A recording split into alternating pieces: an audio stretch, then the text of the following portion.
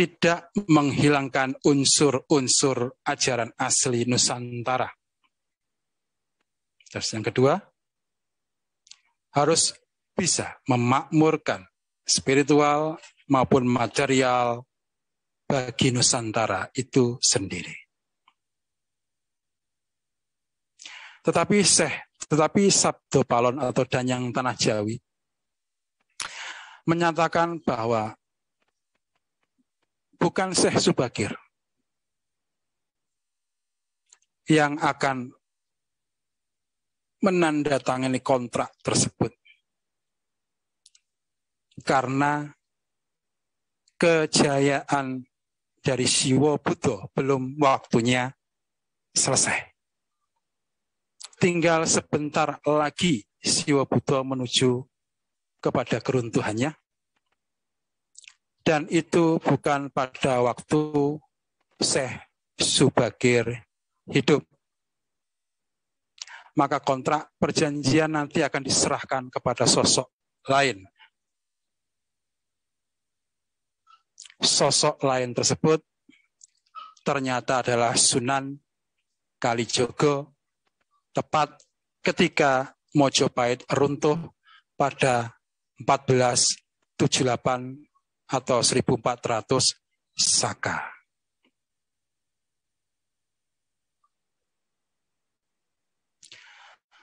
Kontrak perjanjian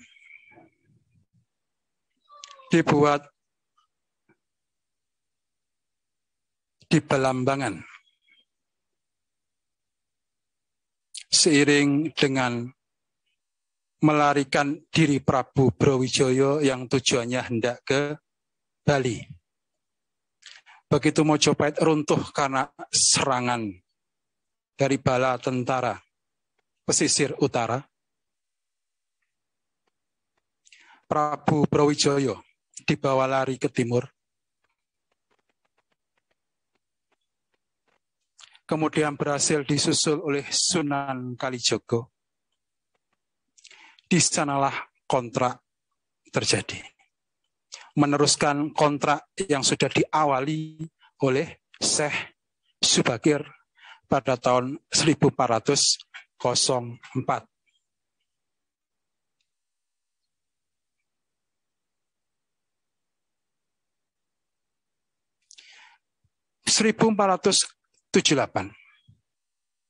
Kontrak dimulai.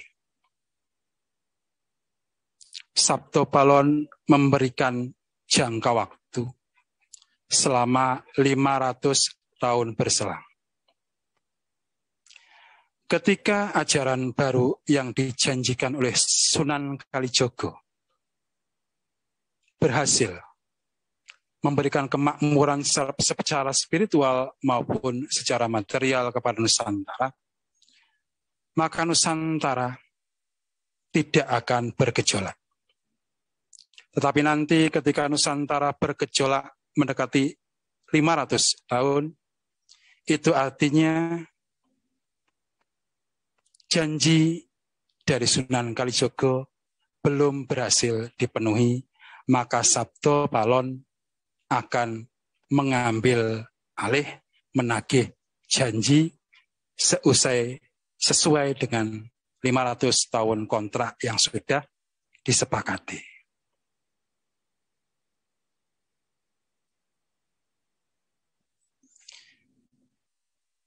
Kalau kita mereview selama 500 tahun terakhir ini, memang belum ada kemakmuran yang bisa kita dapatkan.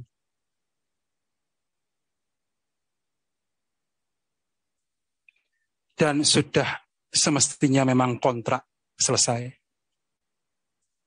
Ajaran lama akan bangkit kembali, akan menjadikan ajaran yang berkuasa selama 500 tahun ini sebagai mitra sejajar untuk membangun bangsa ini, memakmurkan secara spiritual maupun material, dimulai semenjak tahun 1978.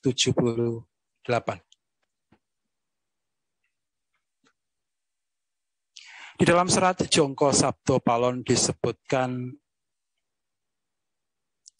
sengkalan lawon Sabto ngesti aji. Lawon Sabto ngesti aji ketika dibalik kita akan mendapatkan angka tahun 1978.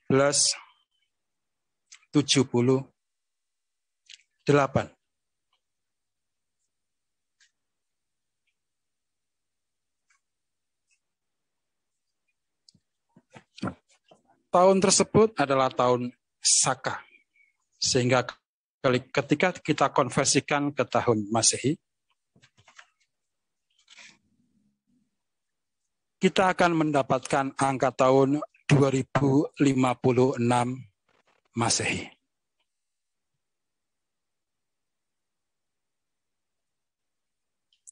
Itu artinya sepanjang 1978 hingga nanti sampai tahun 2056 Masehi adalah masa pancaroba menuju kepada kemakmuran yang sedang diimpi-impikan. Ibaratnya sebuah rumah tua adalah masa-masa merobohkan rumah tersebut untuk dipersiapkan dibangun rumah baru yang lebih kuat dan lebih bagus. Kita yang hidup di masa transisi ini, kebagian masa-masa robohnya rumah lama tersebut, kebagian gonjang-ganjing, kebagian huru-hara, kebagian situasi yang kacau balau. Dan tentu saja, kita tidak akan hanya tinggal diam. Kita akan cancut tali wondo, kita akan ikut berperan, ikut segera merobohkan bangunan lama. Nanti ketika saatnya dibangun kembali, ikut pula membangun bangunan yang baru, sehingga kita punya andil untuk membangkitkan kemakmuran dan kegemilangan Nusantara. Walaupun kita mungkin tidak menikmati kegemilangan tersebut, biarkan anak cucu kita nanti yang akan merasakan kegemilangan yang sudah kita impi-impikan tersebut. 500 tahun dihitung dari 1478 tepat pada tahun 1978. Pada titik 1978 ini menuju sampai kepada 2056 adalah masa-masa peruntuhan dan pembangunan tersebut. Kita ditakdirkan, suratan karma kita terpilih untuk mengisi ketika masa-masa peruntuhan tersebut.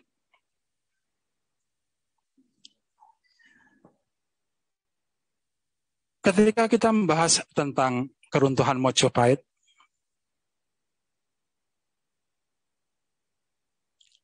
pasti ada pertanyaan. Mengapa di dalam serat Sabdo Palon menolak ketika diajak masuk agama Islam? Ini tercantum di dalam bait kedua dan bait ketiga,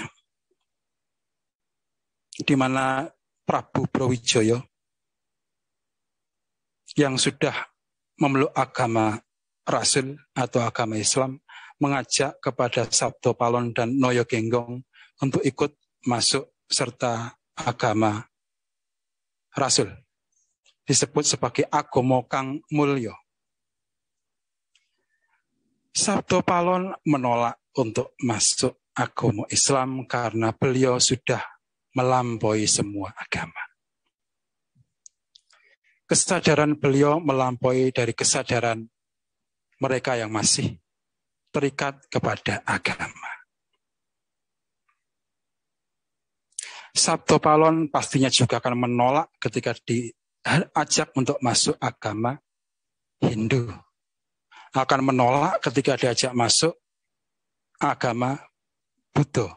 Akan menolak diajak masuk agama Kristen dan lain sebagainya. Karena kesadaran beliau melampaui semua agama. Beliau momong seluruh manusia Nusantara, momong seluruh penguasa Nusantara dari berbagai agama. Beliau menyatakan dengan tegas, wit kula puniki yekti ratuning danyang Jawi, momong marang anak putu sagung kang Paranata kang jumeneng tanah Jawi. Beliau yang ngomong seluruh penguasa Jawa, seluruh penguasa Nusantara yang memiliki agama berbeda-beda. Menjadi tidak patut ketika sosok pamomong harus memeluk salah satu agama. Maka dengan tegas ketika diajak masuk agama Islam, Sabdo Palon menolak. Ini banyak disalahartikan oleh beberapa orang bahwa Sabdo Palon anti-Islam. Narasinya tidak demikian. Narasinya sebenarnya beliau ini kesadarannya sudah melampaui semua agama. Sehingga beliau menolak ketika diajak untuk menjadi sempit lagi dengan memeluk salah satu agama. Lantas mengapa kontraknya cuma 500 tahun? Sabdo Palon juga tidak menutup mata. Penyebaran agama baru yang menghancurkan Mojopahit di beberapa belahan dunia juga banyak menimbulkan kerusakan.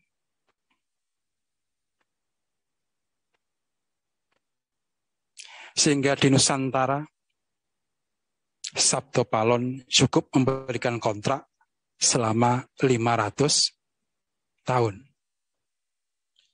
Syukur-syukur kalau berhasil memakmurkan Nusantara sebagaimana yang digadang-gadang. Jika belum berhasil memakmurkan Nusantara selama 500 tahun berselang, adalah lebih baik jika kontrak dicukupkan dan Nusantara dibangun bersama-sama dengan berbagai kekuatan, unsur kekuatan, terutama kekuatan lama, dan menjadikan para pemeluk agama baru tersebut sebagai mitra untuk memakmurkan Nusantara ke depan.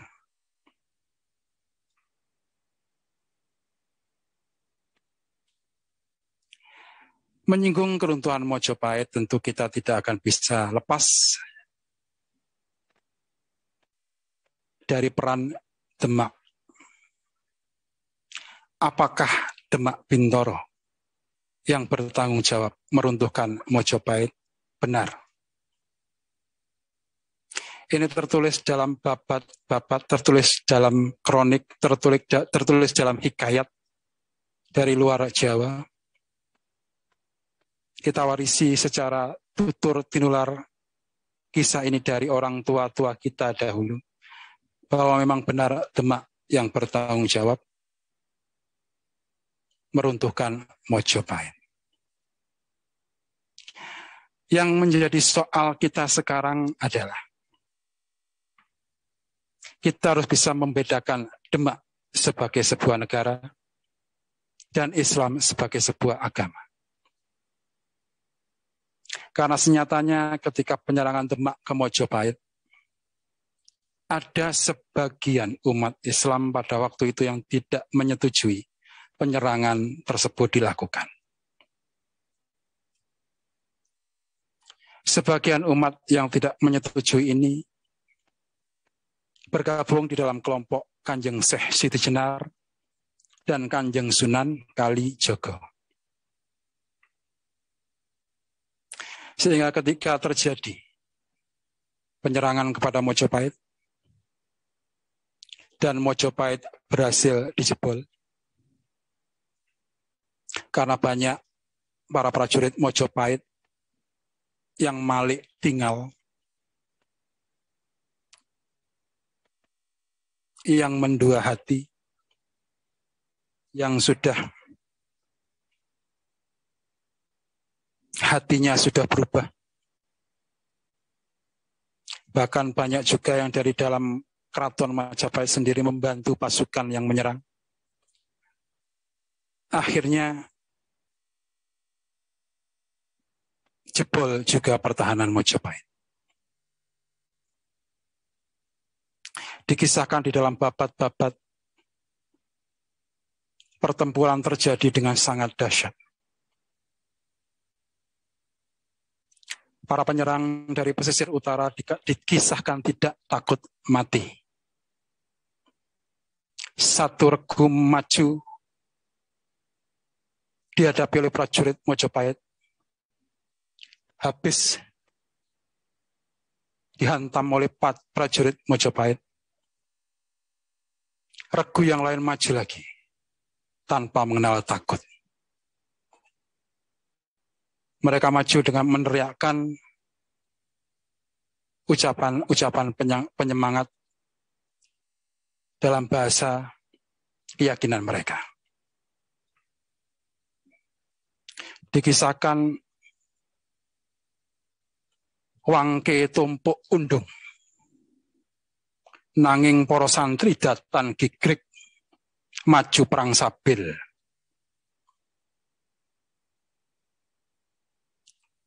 Bangkai bertumpuk-tumpuk, tetapi para santri tidak gentar untuk maju melakukan perang sabil atau jihad.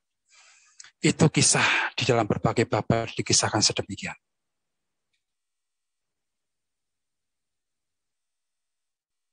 Di dalam benteng Majapahit sendiri banyak prajurit juga yang membantu prajurit yang menyerang. Sehingga kondisi prajurit Majapahit makin hari makin lemah. Di dalam serat Kondo dituturkan, Badong dari Sunan Gunung Jati berubah menjadi tikus yang akhirnya memakan bahan makanan prajurit Majapahit.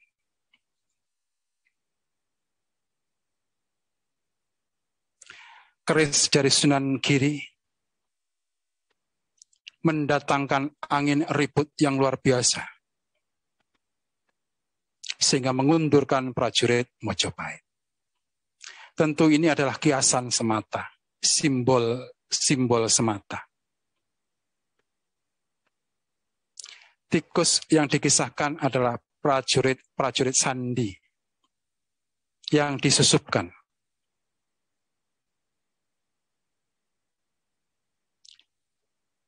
Para prajurit yang ada di Tono Majapahit yang sudah bisa dipengaruhi, sehingga mereka memusnahkan bahan makanan prajurit Majapahit itu sendiri.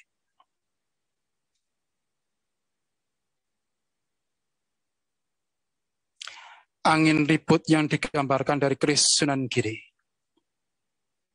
adalah simbol dari pecah belahnya pasukan Majapahit, karena sebagian ada yang hatinya sudah berubah.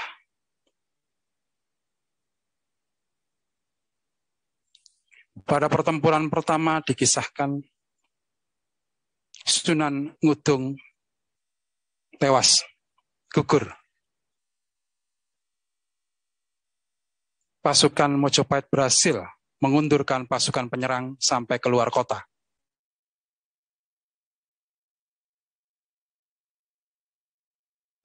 Sunan Ngudung adalah senopati dari para penyerang yang menyerang Majapahit. Begitu Sunan Ngudung gugur tewas dan makamnya sekarang ada di Trowulan, makam dari Sunan Ngudung. Trowulan adalah ibu kota Majapahit masa lalu. Senopati diganti oleh Sunan Kudus. Dan mulai sedikit demi sedikit pasukan Mojopahit bisa diundurkan karena prajurit Mojopahit sendiri hatinya terbelah-belah.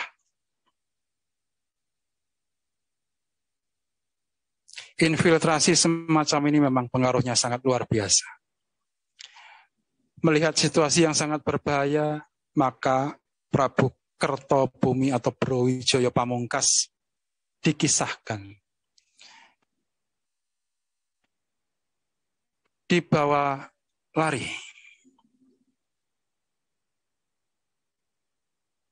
oleh prajurit Bayangkara Mojopahit, prajurit khusus Mojopahit, menuju ke timur. Ketika Mojopahit berhasil dijebol dan dikuasai,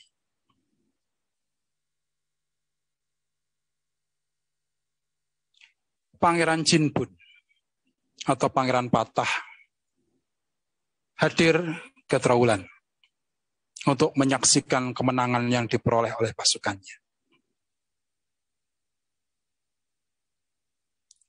Selepas dari Trowulan, dia kemudian menyerahkan keamanan Trowulan kepada Adipati Terung, yaitu adik tirinya, untuk berjaga-jaga kalau ada pasukan Mojopahit yang melakukan serangan balasan. Pangeran Jinbun atau Panembahan Patah berangkat ke Surabaya. Beliau hendak mengabarkan keberhasilan kemenangan dia kepada mertuanya, yaitu Nyi Ageng Ngampel.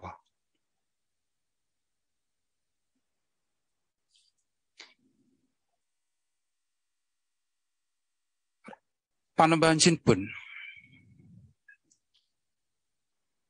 adalah murid dari Sunan Ngampel sekaligus menantu dari Sunan Ngampel. Sunan Ngampel sudah wafat.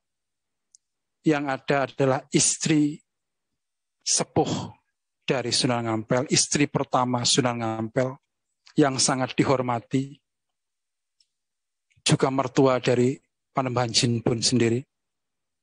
Kepada beliau, Panembahan Jinbun menghadap dan hendak mengabarkan kemenangan yang sudah diperoleh. Tetapi bukan pujian yang didapat oleh Panembahan Jinbun, tetapi tangis dari mertua perempuan beliau. Nyi Ageng Ngampel menangis. Dia mengingatkan kepada menantunya nasihat dari almarhum Sunan Ngampel. Sunan Ngampel pernah berpesan jangan sekali-kali mengangkat senjata kepada Mojopahit. Karena Mojopahit telah memberikan kebebasan bagi kita untuk menyebarkan agama baru. Sebagai santri Sunan Ngampel, diwanti-wanti jangan sampai mengangkat senjata kepada Mojopahit.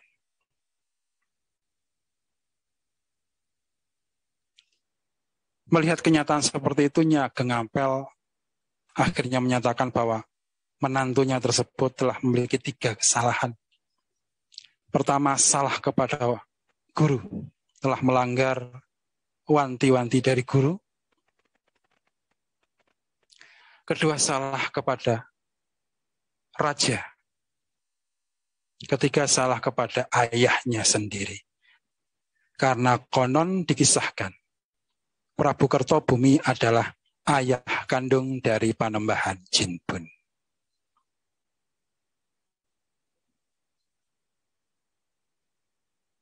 Pangeran Jinbun menyesal. Akhirnya dia minta solusi kepada Nyi Ageng Ngampel. Nyi Ageng Ngampel menyarankan agar mendudukkan kembali Prabu Kertobumi di tahta Mojopahit.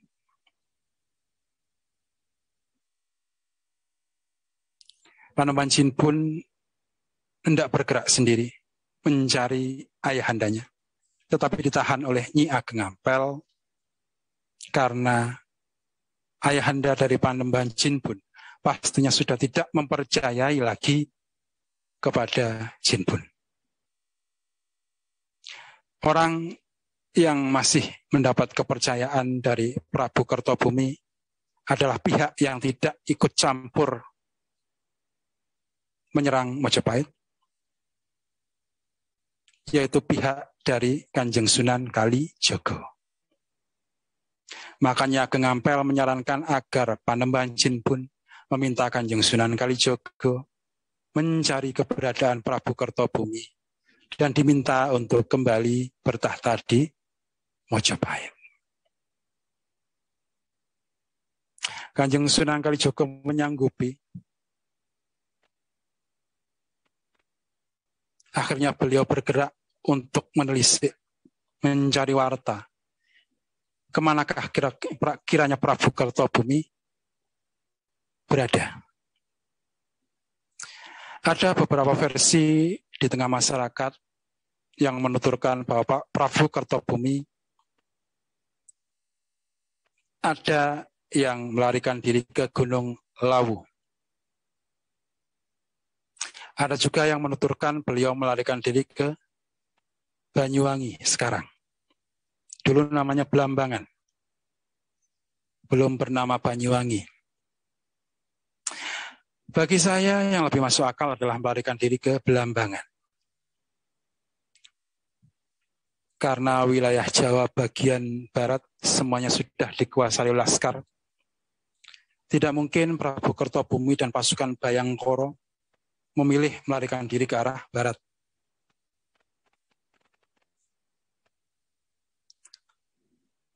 Wilayah Gunung Lawu dekat dengan Ponorogo, dekat dengan Magetan, juga sangat dekat dengan Demak. Tentunya sebuah tempat yang tidak mungkin dipilih oleh pasukan Bayangkara. Yang lebih masuk akal beliau dilarikan ke Banyuwangi, ke Belambangan dulu. Untuk kemudian diamankan ke Bali. Tempat yang lebih kondusif bagi Prabu Kertobumi. Ini yang lebih masuk akal. Dan keberadaan Prabu Kertobumi akhirnya diindus oleh Kanjeng Sunan Kalijogo berada di Belambangan. Beliau akhirnya menyusul Prabu Kertobumi di sana. Dan akhirnya berhasil bertemu dengan Prabu Kertobumi. Terjadilah diplomasi yang luar biasa. Diplomasi yang alot. Dan tentunya atas peran serta Sabdo Palonoyo Genggong pula. Sehingga perlawanan yang semula hendak dicetuskan oleh Prabu Kertobumi menjadi ditangguhkan atau diurungkan.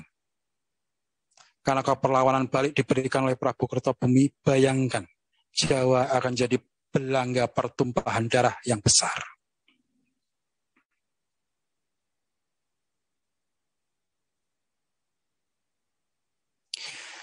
Sunan Kalijogo mengusulkan kepada Prabu Kertobumi supaya mencegah pendukung Prabu Kertobumi berkumpul menggalang kekuatan, maka mau tidak mau para pendukung Prabu Kertobumi harus dihilangkan kepatuhannya, dihilangkan taatnya, dihilangkan mituhnya kepada Prabu Kertobumi. Cara satu-satunya adalah Prabu Kertobumi diminta untuk masuk Islam. Untuk menghindarkan pertumpahan darah yang lebih besar, maka Prabu Kertobumi diharapkan dengan kerelaan hati, walaupun cuma sekedar abang-abang lambe, walaupun cuma di lahiriah belaka, beliau seyogyanya berkenan masuk Islam. Prabu Kertobumi akhirnya menerima usul dari Sunan Kalijogo. Dan ketika ini terjadi, Prabu Kertobumi mengajak Sabdo Palon dan Noyo Genggong untuk ikut serta masuk Islam. Dan sebagaimana sudah ditulis dalam serat Jonggo Sabdo Palon seperti yang sudah kita bacakan tadi, ditolak oleh Sabto Palon dan Noyo Genggong karena mereka adalah pamomong seluruh agama di Nusantara. Sehingga tidak mungkin kalau mereka harus memilih salah satu agama.